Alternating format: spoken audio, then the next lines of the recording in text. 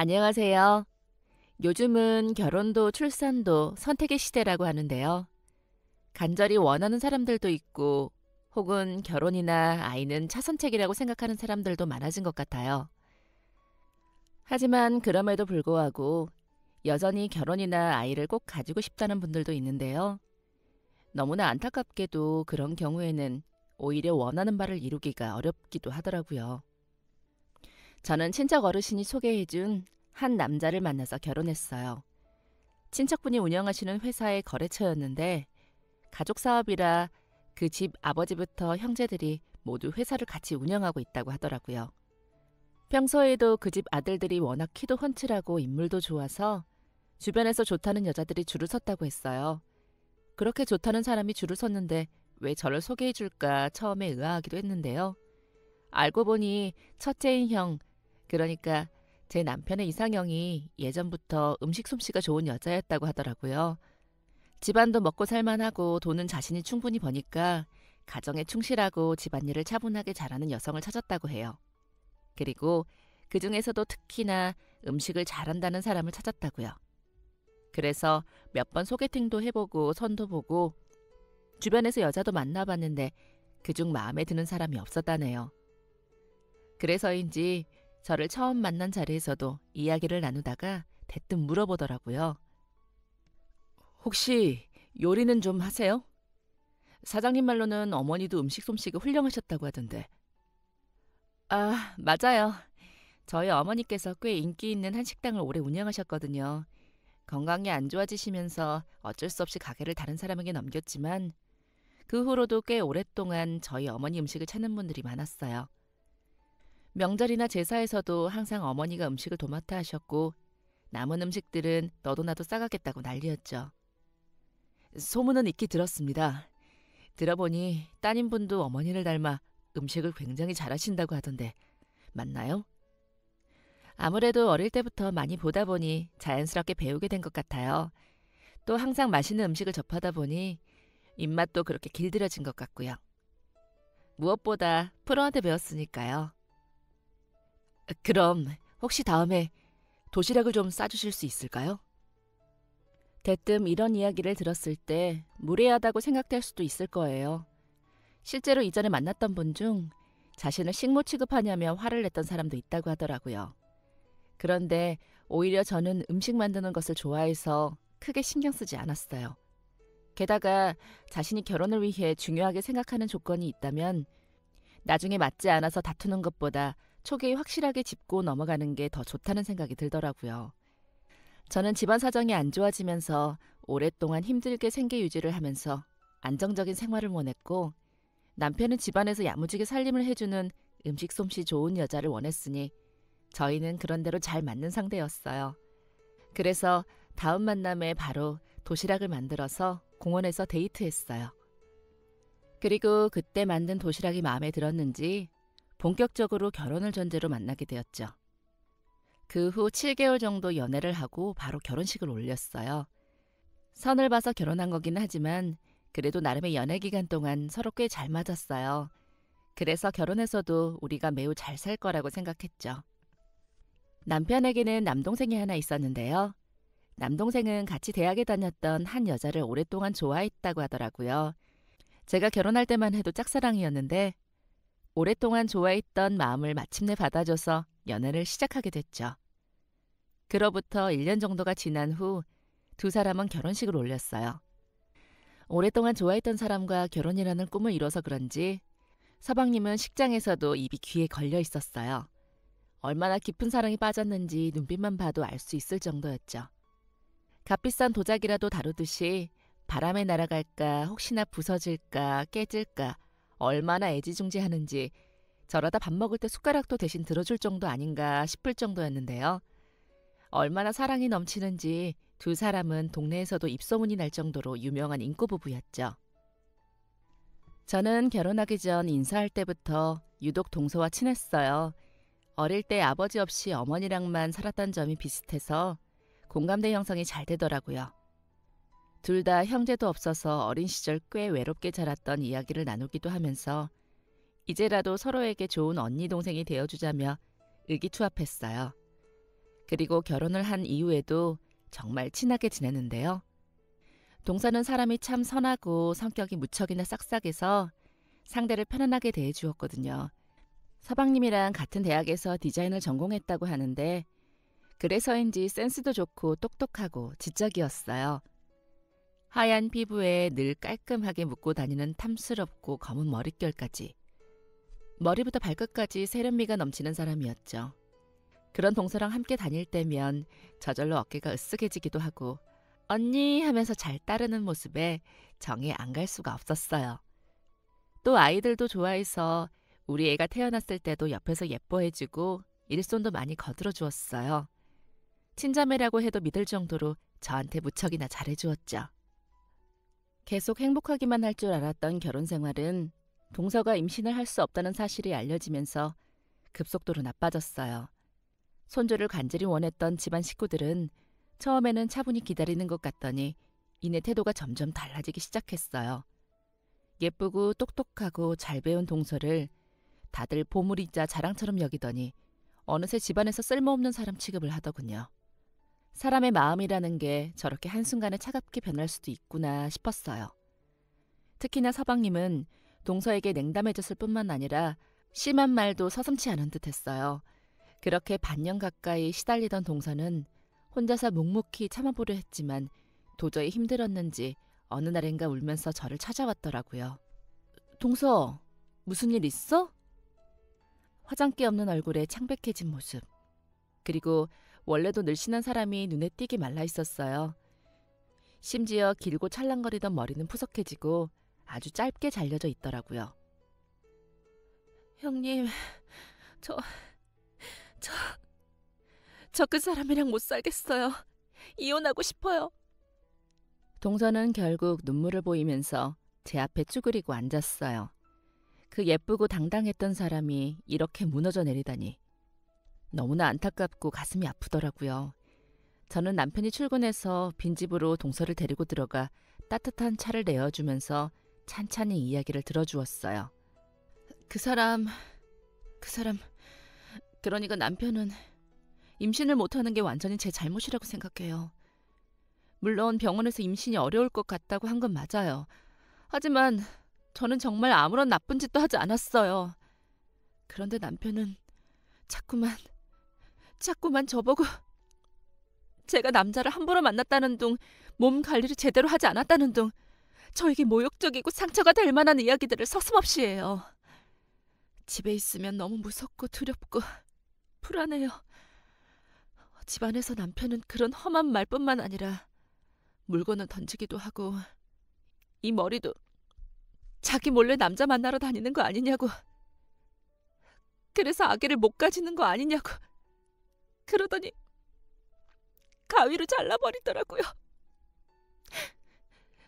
도저히 그 상태로는 다닐 수 없어서 미용실 가서 다듬는데 내가 왜 이렇게 살아야 하나 싶기도 하고 내가 이런 취급을 받을 사람인가 싶어요. 미용사에게는 머리에 껌이 붙어서 자르다가 이렇게 됐다고 거짓말했는데 그런 말을 지어내고 있는 저 자신이 너무 비참하더라고요.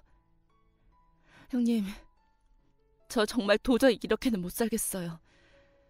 저 진짜 지금까지 살면서 한 번도 부끄러운 짓은 해본 적 없어요. 그랬구나. 동서 매우 힘들었겠어. 서방님이랑 요즘 다투는 건 알고 있었지만 이렇게까지 심한 줄은 몰랐네.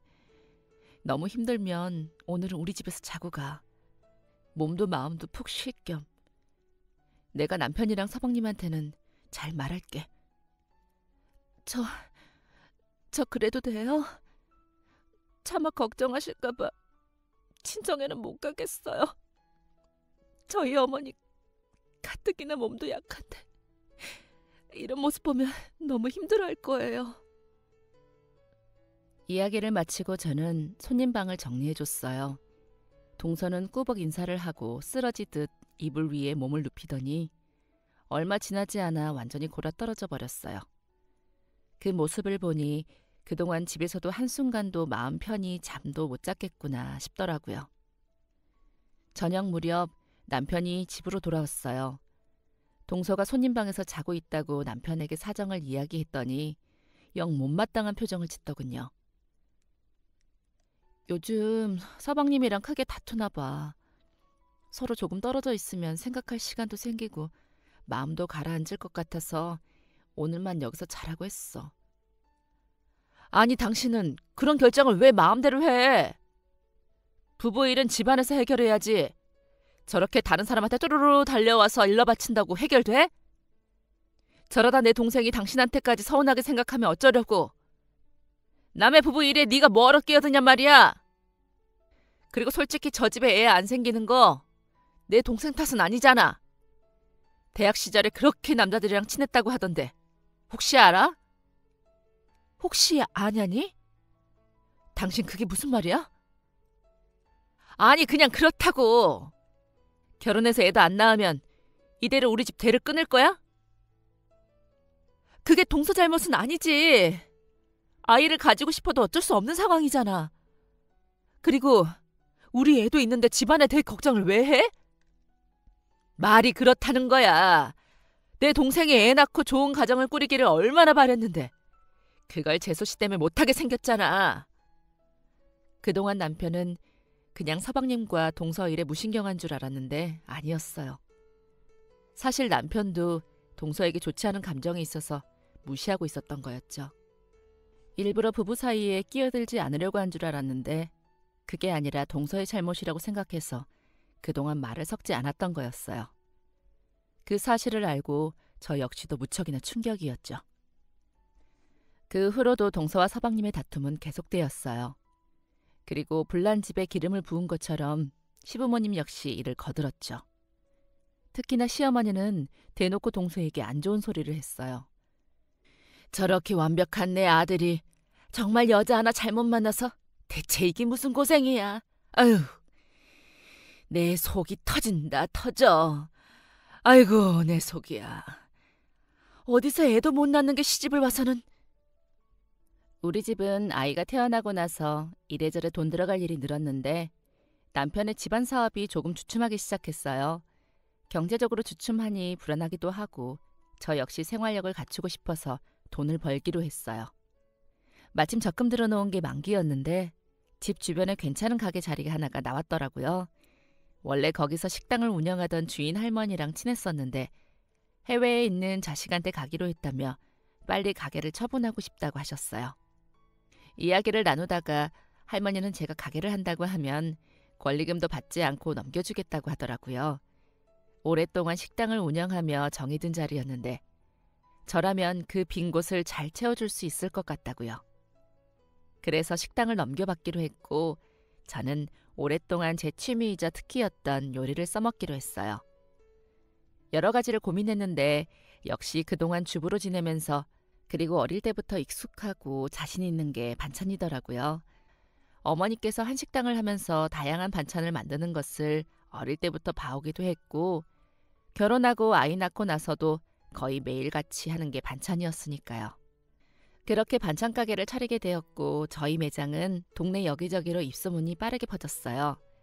이전에도 종종 반찬을 많이 만들면 이웃에도 나눠주고 했었는데 그때마다 다들 입이 마르도록 칭찬을 했었거든요. 그런 제가 반찬 가게를 열었다고 하니 너도 나도 앞다퉈서 찾아왔어요. 덕분에 장사는 매출도 잘 나오고 순조롭게 이어지고 있었죠. 그리고 안타깝게도 그 사이 동서는 시부모님과 남편의 구박과 성화를 이기지 못해 이혼을 했어요. 둘의 이혼 소식에 저는 꽤 충격이었는데 시댁에서는 다들 잘 됐다는 분위기더라고요. 심지어 저희 남편 역시도 그런 사람은 빨리 나가주는 게 다행이라며 오히려 잘 됐다고 하더라고요. 그런 시댁 식구들의 모습을 보니 마음이 너무 무거웠어요. 동서가 안타깝기도 했고요. 그래서 이혼 후에도 한동안 동서에게 연락도 하고 서로 안부를 묻고 지냈는데 가게에 아이 키우기까지 정신없다 보니 서서히 멀어졌어요. 동서 역시 이혼 후 시댁의 눈치가 보여서인지 서서히 연락을 줄여갔고요. 그로부터 3년 정도가 흐른 어느 날이었어요. 저는 가게 장사가 너무 잘 돼서 영업시간도 늘리고 가게도 한번 확장했어요. 반찬부터 간단한 국, 그리고 아이들을 위한 이유식을 만들어서 판매하고 있었고 이래저래 소문이 퍼지다 보니 우리 동네 분들은 물론 이웃 동네에서까지 일부러 찾아오실 정도였죠. 심지어 너무 맛있어서 다른 사람들에게 소개해주고 싶다고 아이스팩에 포장해서 먼 곳까지 가져간다는 분들도 있었어요. 주변의 한 공장에는 아이 저희 가게 반찬을 2, 30인분씩 포장해서 점심 저녁 식사로 제공하기도 했고요. 그러다 보니 일손이 너무 바빠져서 저 혼자서는 더 이상 못하겠더라고요. 반찬 만드는 건 제가 무조건 손이 가야 하니까 어쩔 수 없이 사람을 쓸 수 없는데 그 외에 다른 것들이라도 도움을 받아야겠다 싶었어요. 매일 바쁜 건 아니고 대량 주문이 몰릴 때만 바빴던 터라 그동안은 인력사무소에 부탁해 오전에만 일을 도와주는 일용직 아주머니들을 고용했는데요. 그날도 대량 주문이 들어와서 매우 바쁠 것 같아 사무소에 연락해 다음날 오전에 일하실 분 한 명을 보내달라고 연락드렸죠. 그리고 다음날 오전 일찍 일하는 분이 왔어요. 저는 새벽에 나와서 밑재를 준비하고 이래저래 바쁘게 움직이고 있는데 누군가 문을 조심스럽게 열고 들어와 인사를 하더라고요. 주방 밖으로 나왔는데 너무나도 익숙한 얼굴이 보이더라고요. 동서! 저는 너무 놀라서 입이 떡 벌어진 채로 오랜만에 불러보는 호칭을 말했어요. 그러자 동서는 자신의 낡은 옷을 추스르며 부끄러워 어찌할 바를 몰라 했어요. 안녕하세요, 형님. 고개를 떨구듯이 겨우 인사를 하는데 그제야 눈에 들어온 동서의 모습은 제가 처음 알았던 그때와 너무 크게 달라졌어요. 피부는 푸석푸석하고 생기가 없고 눈 밑으로는 짙은 다크서클이 깊게 그려져 있었죠. 아무렇게나 묶은 머리에 옷도 신발도 전부 낡아 있었고 몸에는 귀걸이나 목걸이조차 전혀 없었어요. 바짝 마른 몸과 얼마나 일을 많이 했는지 굳은 살과 건조해서 터져버린 손은 그동안의 고생을 한 번에 말해주고 있었죠. 오랜만이에요. 그동안 잘 지내셨죠? 가게가 잘 된다는 이야기는 종종 주변을 통해서 듣고 있었어요. 너무 축하드려요. 형님 예전부터 음식을 정말 맛있게 잘해서 성공하실 줄 알았어요. 고마워. 동서는 그동안 어떻게 지냈어? 나도 정신이 없다 보니까 한동안 안부 인사도 못 전하고 지냈네. 전 괜찮아요. 잘 지내고 있어요. 제가 먼저 인사드렸어야 하는데 상황이 여의찮다 보니까. 어느새 눈물이 글썽해진 눈가를 옷소매로 쓱 닦는 모습을 보니 다시 가슴이 저릿해왔어요. 하지만 밀려있는 예약에 당장 일손이 급했기에 저희는 얼른 주방으로 들어갔죠. 그리고 바쁘게 일을 하고 난 후 잠시 숨 돌릴 틈을 내서 그동안의 안부를 주고받았어요. 동서는 이혼 후에 너무나 힘들게 살았더라고요. 이혼하고 어쩔 수 없이 친정으로 돌아갔어요. 자식이라고는 저 하나뿐인데 불임의 이혼녀 꼬리표까지. 도저히 어머니 볼 용기가 없더라고요. 한동안은 친정에 가서도 방 안에만 갇혀서 지냈어요. 우리 엄마조차 나를 부끄럽게 여길 것 같고 밖으로 나가면 사람들이 다 저를 흉보고 손가락질 할 것 같더라고요. 그래서 나름 대인기피증도 생긴 것 같아요. 그렇게 방 안에만 틀어박혀서 시간을 보냈는데 어느 날 주방에서 우당탕 물건이 다 떨어지는 소리가 들렸어요. 그래서 뛰어나갔더니 저희 어머니가 설거지를 하다가 그 자리에서 쓰러졌더라고요. 너무 놀라서 구급차를 불러서 병원으로 바로 뛰어갔어요. 우리 엄마 오랫동안 아파서 고생하고 있었더라고요. 병원에서 치료받으라고 했는데 돈 아낀다고 진통제만 받아갔다고 해요. 그동안 혹시나 저한테 부담될까 봐, 피해줄까 봐, 우리 딸이 신경 쓸까 봐. 그래서 말도 안 하고 숨기고 있었던 거예요, 혼자서. 혼자서 많이 아팠을 텐데 저는 그것도 모르고 저한테 꼭꼭 숨기고 비밀로 했더라고요. 그 이야기를 듣는데 저 자신이 너무 한심했어요. 얼마나 내가 자식으로서 의지가 되지 않았으면 하나밖에 없는 딸에게 아프다는 이야기도 터놓지 못했을까. 당장 치료가 급하다는데 돈 아끼려고 그거 아껴서 어떻게든 딸내미 한 번이라도 더 도와주려고 하다니. 이대로는 안 되겠다 싶어서 뭐라도 하자 결심하고 다시 밖으로 나왔어요. 그래서 식당에서도 일해보고 예전에 디자인 공부했으니까 근처 원단 가게에서 일해보고 나름 도매시장에서 천대 와서 파는 것도 해보고 이것저것 해봤는데 전부 잘 안 됐어요. 심지어 식당이랑 원단 가게는 전 남편이랑 아는 사이더라고요. 사실 이 동네 곳곳에 전 남편이 아직 손을 쓸 수 있다 보니 저에 대해 무슨 이야기를 들으셨는지 아예 일을 안 주는 곳도 있고 일하다가 나가달라고 하기도 하고 가끔 저를 아는 손님들도 와서는 불편한 기색을 보이기도 해서 일하는 게 쉽지가 않았어요. 도매로 원단 떼와서 판매하는 것도 잘 안 됐고요. 정말 되는 일이 하나도 없다는 게 이런 거구나 싶었어요.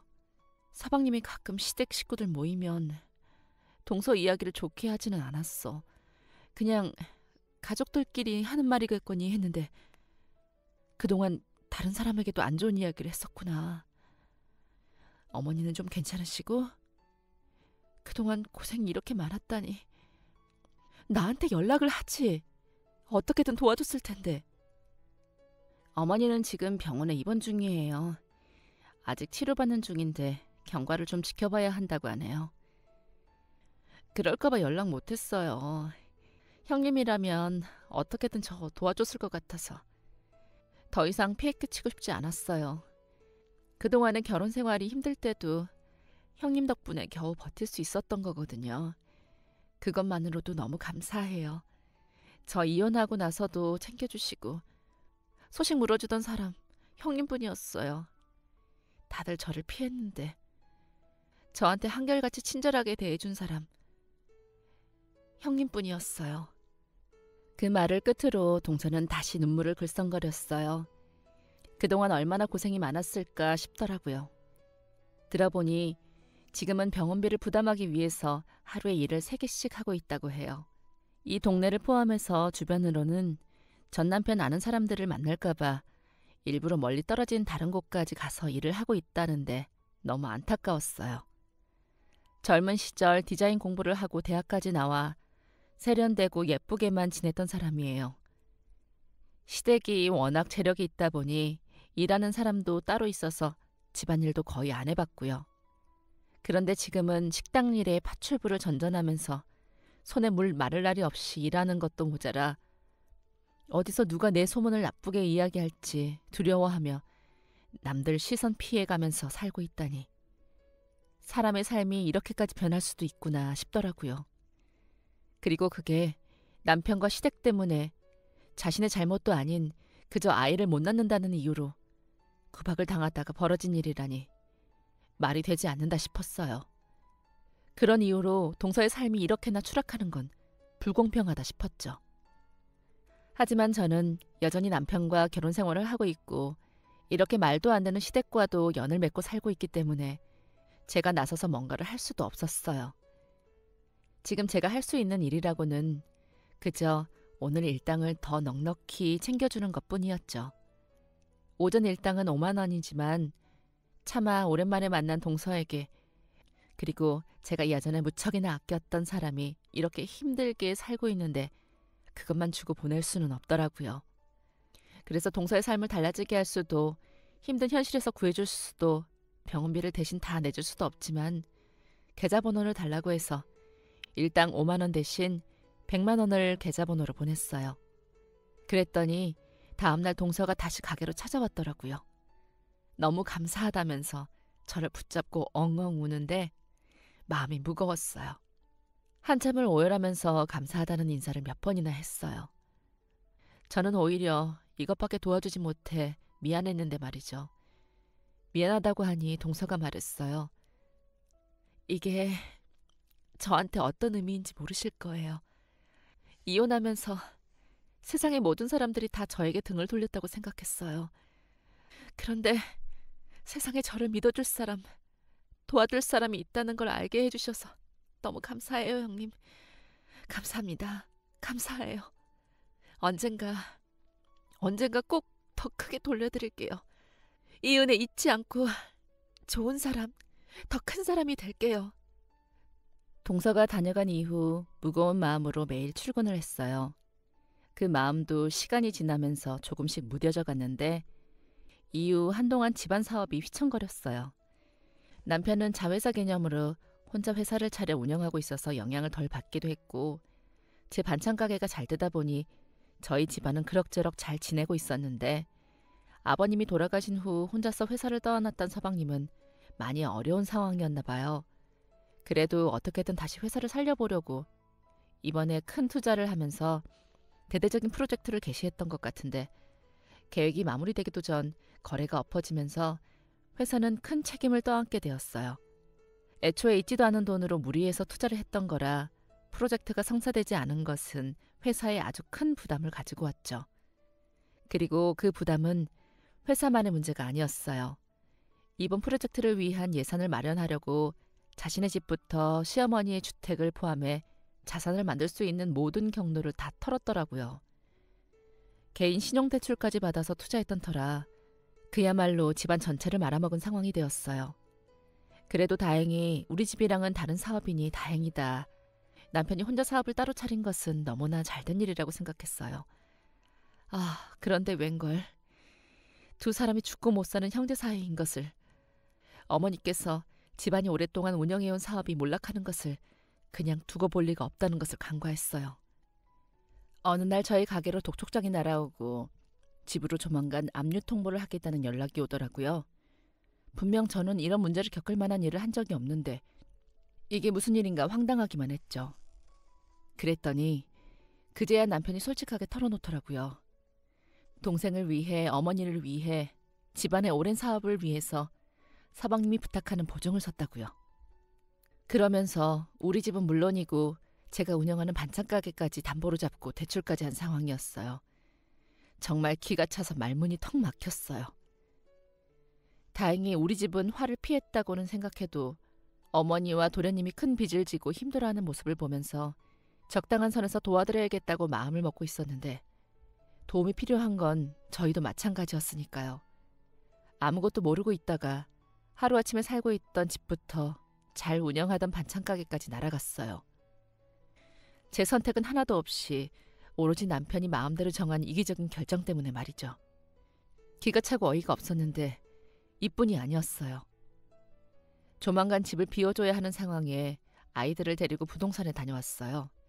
지금 가진 돈을 박박 긁어 모아서 얻을 수 있는 곳은 반지하 단칸방뿐이었는데 그마저도 이 근처에서는 구하기 힘들고 이웃 동네에 일명 산동네와 판자촌으로 불리는 곳을 가봐야 한다고 하더라고요. 중개사와 이야기를 나누며 참담한 심정을 안고 집으로 돌아가고 있었는데 남편이 집 앞에서 전화통화를 하는 것을 봤어요. 제가 가까이 가고 있는 것도 모르고 정신없이 통화를 하고 있길래 도련님인가 보다 싶었죠. 요 며칠 피곤하고 기분도 좋지 않고 오늘 부동산에서도 안 좋은 이야기만 잔뜩 들어서 순간적으로 화가 잔뜩 났어요. 이 모든 게 도련님 잘못인 것처럼 느껴졌거든요. 그래서 가까이 다가가서 크게 한마디라도 해야 속이 풀릴 것 같다는 생각에 통화 중인 남편의 전화기를 뺏어들었어요. 오빠, 그래서 언제 올 거야? 난 지금 보고 싶은데. 오늘 오빠가 좋아하는 속옷도 입었는데. 여보세요? 어머, 누구세요? 기가 차더라고요. 사람이 너무 어이가 없으니까 웃음이 나왔어요. 화가 머리끝까지 난다는 표현도 부족한 것 같았죠. 전화를 받자마자 저 너머로 간드러진 여성의 목소리가 들려왔어요. 비음을 잔뜩 섞어서 오빠라고 부르며 속옷이 어쩌고 하는데 헛웃음만 계속 나왔어요. 어이가 없어서 그 자리에 전화기를 든 채로 서서 따지지도 화내지도 못하고 서 있는데 남편이 먼저 적반하장으로 선수를 치더라고요. 아니, 왜 남의 전화기를 뺏고 그래? 사람이 예의가 없어. 예의? 너 지금 예의라고 그랬니? 집안을 다 말아먹고 내가 차린 가게까지 마음대로 가져가. 말아먹고는 뭐? 예의? 그 와중에 바람까지 펴? 네가 끌어고도 인간이니? 너는 양심도 없어? 무슨 낯짝으로 돌아다녀 대체? 예의를 따지면서 눈을 부릅뜨는 남편을 보자 이성의 끈이 끊어지는 듯했어요. 저도 모르게 아이들 옆에 있는데도 화를 벌컥 내고 말았죠. 그 순간은 정말 주변에 아무것도 신경이 쓰이질 않았어요. 내가 저런 인간을 믿고 결혼을 한 것도 모자라서 지금까지 이런 데다 힘쓰라고 밥을 차려 먹였나 싶더라고요. 집안을 말아먹은 거로 이미 화가 나는데 그래도 우리 가정의 가장이고 애들 아빠니까 기죽지 말라고 어떻게든 나가서 힘내라고 꼬박꼬박 밥 차려주고 빨래해주고 기껏 내줘 했더니 결국 돌아오는 게 바람이라니요. 마누라는 애들 데리고 어떻게든 살 집을 구해보겠다고 산동네며 달동네며 발품을 팔며 돌아다니고 있는데 남편이란 작자는 몇 살인지도 모를 어린 여자랑 오빠 오빠 하면서 바람이나 피우고 있었다니. 지금 당장이라도 저 인간 머리채를 질질 끌고 동네 사람들 이 인간 좀 보라며 어떤 짓을 했는지 소문을 내고 두들겨 패고 싶은 마음이었지만 그래봤자 내 얼굴에 침 뱉기다 싶어서 참았어요. 무서워서 제 손을 꼭 잡는 아이들의 온기가 느껴지기도 했고요. 퍼뜩 정신이 들더라고요. 그래도 아이들 앞에서 이러지 말자 하고 말이죠. 남편이랑은 이혼을 했어요. 알고 보니 제가 첫째를 임신했을 때부터 꾸준히 바람을 피우고 있었더라고요. 사업 관련해서 젊은 여자들이랑 일할 일이 많았는데 그때 만났던 여자들 대부분이랑 바람을 피웠다고 해요. 이번에 전화를 했던 여자 역시도 최근 도련님이랑 새로운 프로젝트를 한다면서 알게 된 사람 중 한 명이었고요. 두 형제가 사업이라는 명목으로 돈 쓰면서 여자들이랑 놀고 다니고 접대라는 명목으로 단란주점부터 나이트까지 아주 잘도 돌아다니면서 오랜 시간 동안 뒤에서 헛짓거리를 하고 있었어요. 심지어 잊지도 않은 돈을 박박 긁어 이번에도 그 여자의 가방을 사줬더라고요. 기가 차서 말이 나오지 않았죠. 이 사실을 지금이라도 알게 되어서 다행이라고 해야 할지 아니면 왜 이제야 알았을까 답답해하면서 제 가슴을 쳐야 할지 모르겠더라고요. 분명한 것은 제 남편부터 그 동생의 집안이 싹 다 상정 못할 구석이었다는 거예요. 심지어 도련님은 자신이 밖에서 여자를 만나고 다니면서 집에서는 그동안 동서를 의심하고 폭언을 행사하면서 그렇게 못살게 굴었다니. 이미 이혼한 지 한참 되었지만 그래도 억울함과 분노로 치가 떨렸어요. 그런데 똥이 무서워서 피하는 게 아니잖아요. 더러워서 피하는 거지. 그런 생각을 하면서 당장이라도 혼쭐을 내고 싶은 것을 참았어요. 저러다 잘못 엮이면 괜히 내 인생까지 꼬인다 싶어서 구린내가 더 묻기 전에 피해버리자 싶어 아이들을 데리고 집을 나갔어요. 애들한테는 미안하지만 그동안 세뱃돈이나 추석에 받은 용돈을 모아둔 게 있어서 그거랑 제가 그동안 아무도 모르게 숨겨둔 비상금으로 작은 월세를 구했어요. 집을 나가니 시어머니에게도 전화가 왔어요. 지금 우리 집이 어떤 상황인데 이혼은 뭐고 집을 나간다고 그래. 게다가 손주들은 우리 손주들 이 집안 핏줄이다. 나갈 때 나가더라도 너만 나가. 애들은 놔두고. 할 줄 아는 거라고는 반찬 만드는 게 다인 네가 나가서 애들을 어떻게 키운다고 그러니. 키우더라도 똑똑하고 잘 배운 지네 아빠가 키우는 게 낫지. 첫째랑 내가 어떻게 해서든 알아서 너보다는 잘 키울 테니. 어머니, 제가 어머니 아들과 비교하면 대학도 못 나오고 반찬만 만들던 거 맞는데요. 그래도 요 몇 년간 그 반찬 팔아서 애들 먹이고 입히고 했어요. 사업 잘 안 된다고 수입 들쑥날쑥 가져다 주는 건 오히려 남편이었고 우리 애들 제가 장사한 덕분에 굶기지 않고 키운 거예요. 그리고 나가서 여자 노름이나 하고 배우자 배신하고 바람이나 피우는 사람한테 애들이 뭘 배운다고 그러세요? 그러면서 다른 여자한테 선물 준 거 들킬까 봐 어머니 이름으로 카드 발급받아서 쓰고 다녔더라고요. 솔직히 알고 계셨죠? 남자가 사업하다 보면 이런 일 저런 일 있을 거라고 남편만큼 안 해도 대범해야 한다고 말씀하시는 거 일부러 다 알고 이야기하셨던 거죠? 그런 집안에서 우리 애들이 뭘 배울까 봐 저는 더 무섭네요. 어차피 남편이 유책 배우자고 애들 양육권은 소송 걸어도 당연히 저한테 올 거니까 앞으로 손주들 볼 생각 꿈에도 하지 마세요. 그리고 저한테 하신 거랑 동서한테 그동안 하신 것들 나중에 천벌 받으실 거예요. 하늘이 무서운 줄 알면 아드님들 단속 잘 시키시고 앞으로는 남들 무시하지 말고 조용히 사세요, 제발. 저는 그동안 참아왔던 분노를 한 번에 터뜨렸어요. 그 사이에 하고 싶은 이야기가 정말 많았는데 그래도 남편이라고 시댁이라고 눈치 보면서 못했던 말들을 속 시원하게 털어내어 버렸죠. 그랬더니 정말 결혼 생활 내내 체한 듯이 답답했던 게 쑥 내려가는 듯 하더라고요. 마음 같아서는 욕이라도 하면서 더 심한 말도 하고 싶었는데 그래도 이 정도만으로라도 복수를 한 것처럼 통쾌했어요. 그렇게 애들을 데리고 집에서 나와서 달동네 월세에서 지내기 시작했어요. 하루아침에 마당도 있고 깨끗한 침대에 넓은 방이 있던 좋은 집에서 허름한 단칸방으로 이사 오니 아이들은 무척이나 힘들어했어요. 특히 막내는 밤마다 화장실을 갈 때면 무섭다고 울어서 저도 첫째도 달래느라 매일 뜬 눈으로 밤을 새웠죠. 그래도 다행히 조금 더 컸다고 그러는지 첫째가 제 생각을 해주면서 동생을 살뜰하게 잘 챙겨주고 자기는 엄마랑 살면 어디든 괜찮다고 속 깊은 소리를 해준 덕분에 힘을 낼 수 있었어요. 아직 어려서 예전 집에 다시 가고 싶다는 막내도 제 눈에는 그래도 마냥 사랑스러운 제 아이들이었어요. 출장 요리를 하는 회사에서 음식을 만드는 일을 하면서 쉬는 날에는 일용직으로 파출부를 뛰는 중에도 우리 애들을 보면서 힘을 낼 수 있었죠. 그러던 어느 날 모르는 번호로 연락이 왔어요. 원래는 남편을 찾는 전화들일까봐 잘 받지 않는데 일을 추가로 줄 수 있으면 달라고 요청한 상태였기에 혹시 회사에서 연락 온 것인가 싶어서 받아봤어요. 그런데 반대쪽에서 귀에 익은 목소리가 들리더라고요. 형님, 저예요. 이제야 연락드려서 미안해요. 일하시는 반찬가게 찾아갔다가 그동안 이야기 들었어요. 동서의 목소리였어요. 이전에 저희 가게에 일을 하러 온 이후로 무려 5, 6년 만에 연락이 온 거였어요. 오랜만에 연락이었지만 여전히 동서의 목소리는 반갑게 느껴졌어요. 저 역시 동서처럼 그 집안에 치를 떨면서 이혼하고 나온 상태라 그런지 동질감이 느껴지면서 뭔가 제 아군을 만난 것처럼 긴장이 풀어지더라고요.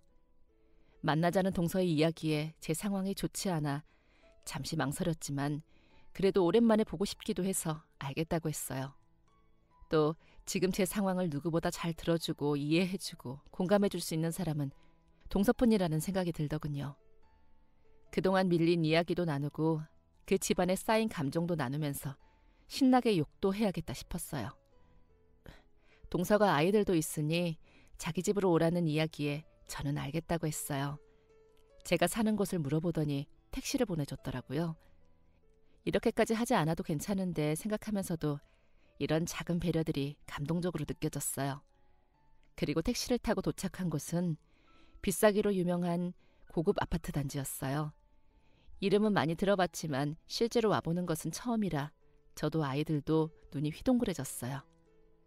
한눈에 보기에도 고급스러움이 물씬 느껴지는 입구에서부터 입이 딱 벌어져 다물어지지 않더라고요.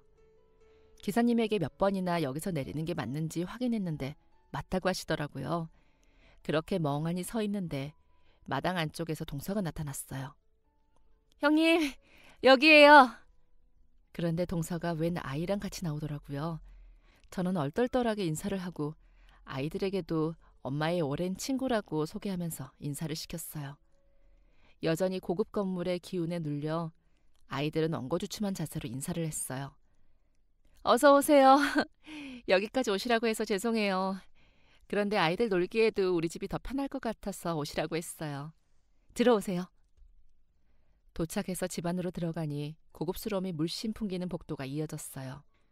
현관에서 집 안까지 들어가는데 지금 사는 저희 월세방보다 넓은 것 같더군요. 복도를 따라 걸어 들어가는데 벽면에 동서와 한 남자의 사진, 그리고 아기가 함께 찍힌 액자들이 걸려있는 게 보였어요.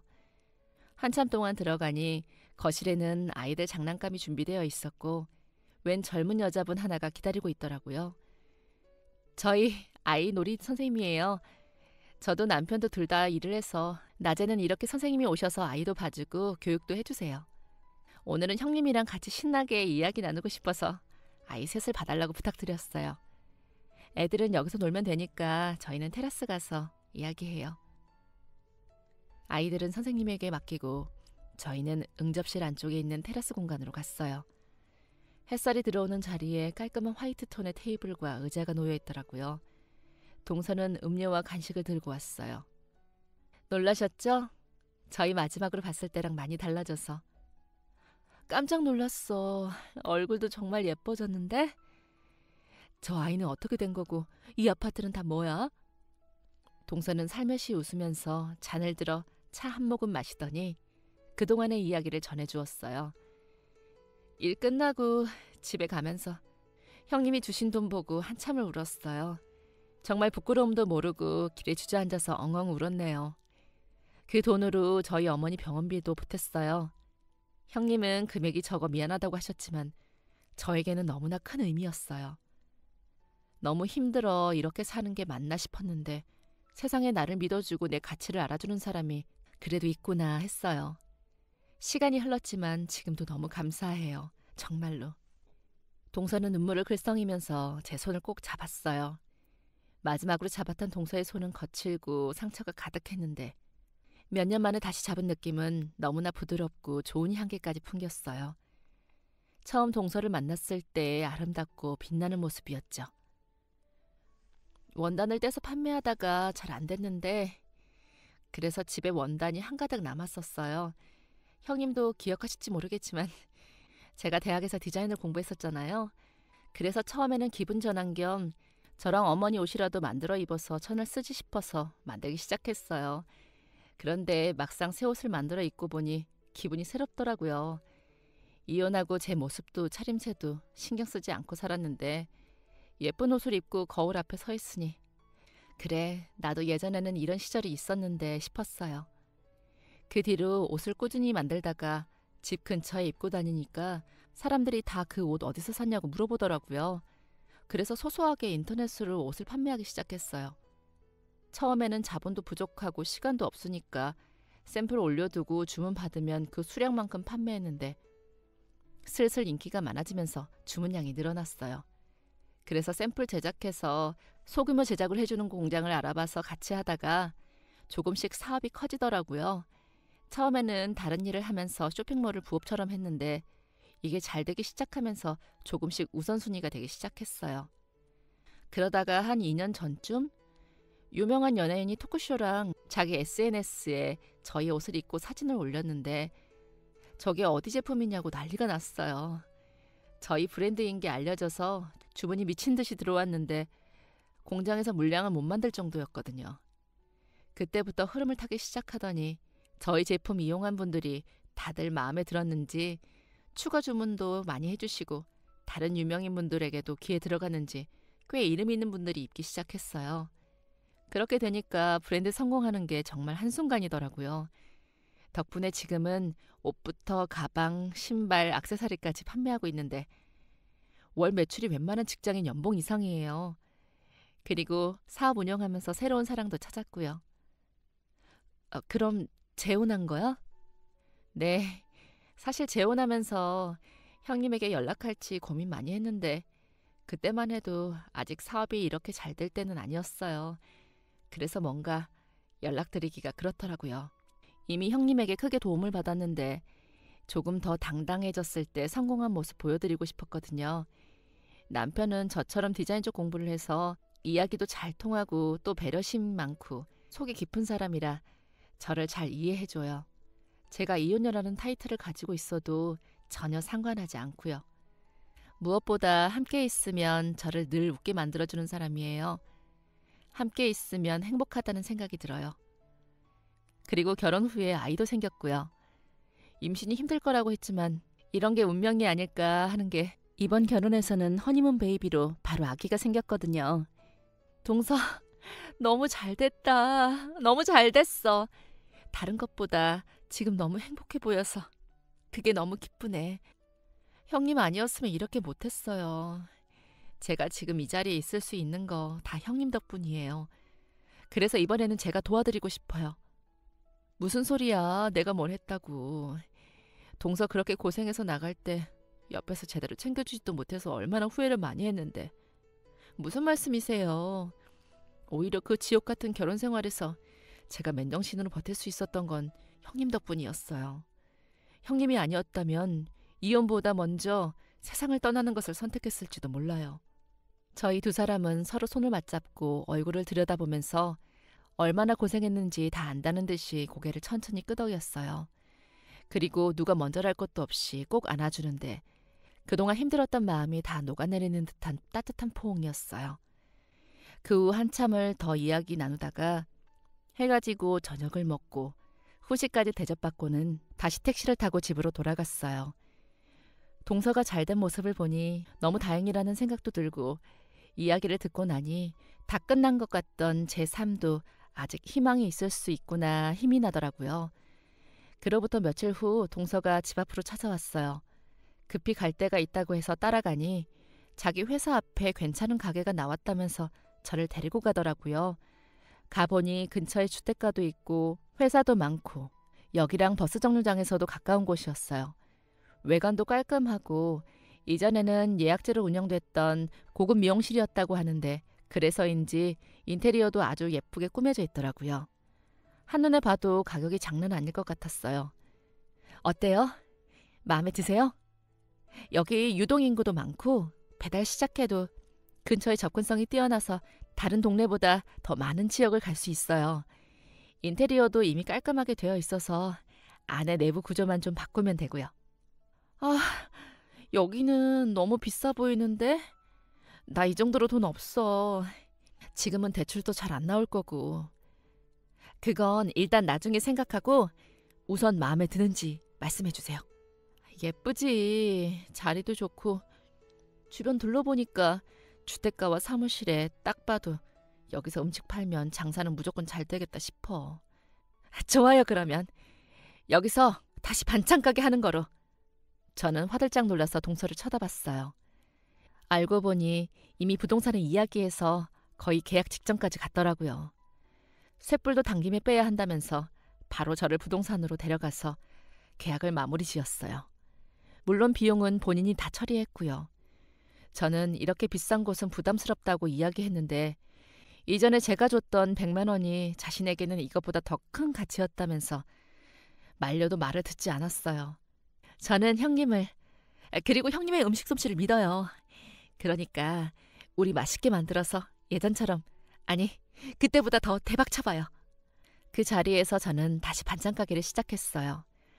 주변에 젊은 직장인들이 많아 간단하게 샌드위치와 샐러드 등도 판매했어요. 반찬 구성을 매일 바꿔서 도시락 세트를 만들었는데 동서와 지금 남편의 도움으로 보통의 도시락 케이스랑은 조금 다른 예쁜 디자인의 통에 담아 판매했더니 정말 불티나게 잘 팔렸어요. 매일 점심 주문이 밀려 카운터, 주방 직원들도 여럿이 되었어요. 배달도 인기 만점이었죠. 동서 말대로 배달 지역이 워낙 넓어서 그만큼 수요도 엄청났어요. 동서네 회사에서도 운영 중이었던 사내 식당을 아예 저희 반찬 가게 메뉴를 받아서 제공하는 거로 바꿨고 이 구내 식당이 사람들 사이에서 입소문이 나서 자기들 회사에도 납품이 가능한지 문의가 들어오기 시작했어요. 그렇게 장사를 해서 몇 년 뒤 저는 무려 10억이라는 돈을 모았어요. 이혼할 때는 완전히 빈털터리다 못해 마이너스로 나왔는데 지금은 통장에 무려 10억이라는 돈이 들어있죠. 그뿐만 아니라 동서와 같은 아파트로 이사도 갔어요. 저는 이 모든 게 동서의 덕분이라고 하는데 오히려 제 음식 솜씨랑 사업 수완 덕분이라며 저를 치켜 세우더라고요. 지금은 같은 아파트 단지에서 아이들끼리도 형제처럼 친하게 지내고 있어요. 이따금 동서 어머님께서 아이들을 봐주시는 덕분에 저 역시 조금 더 편하게 일을 집중할 수 있고요. 비록 예전에 형님 동서로 만났지만 지금은 친자매처럼 교류하고 지내고 있어요. 이제 호칭도 언니로 바뀌었고 저도 마치 친동생처럼 이름을 불러요. 이혼녀로 힘들게 살 줄 알았던 저희는 못난 남편과 시댁을 훌훌 털어버리고 멋지게 사업가로 성공했는데요. 언제나 제 곁에서 든든한 동생이 되어준 동서에게 정말 고맙고 그리고 조금 부끄럽지만 사랑한다고 전하고 싶네요. 지금까지 사연 들어주셔서 감사합니다. 사연이 재미있으셨다면 구독과 좋아요 부탁드려요. 감사합니다. 안녕히 계세요.